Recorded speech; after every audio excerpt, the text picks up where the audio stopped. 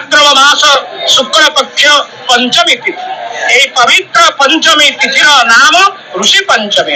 স্বয়ং জগন্নাথ মহাপ্রভু আজ্ঞা প্রদান করন্তি মহালক্ষ্মী এবং শ্রীঅঙ্গরু আজ্ঞামান প্রাপ্ত হই মহালক্ষ্মী যাত্রা করন্তি মার্কण्डेय মহামুনিଙ୍କର ଆଶ୍ରମ।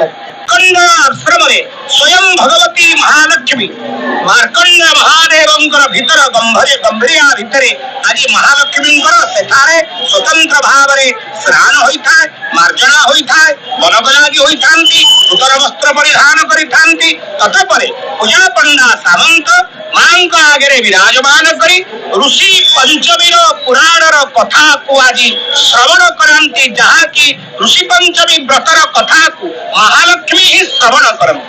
ତେଣୁ ଋଷି ପଞ୍ଚମୀର ବ୍ରତ କଥା ପଣ୍ଡା ପୂଜା ପଣ୍ଡା ଶାନ୍ତ ସେଠି ପାଠନ କରିବେ, ମହାଲକ୍ଷ୍ମୀ ଋଷି ପଞ୍ଚମୀର ବ୍ରତ କଥା ଶ୍ରବଣ କରିବେ।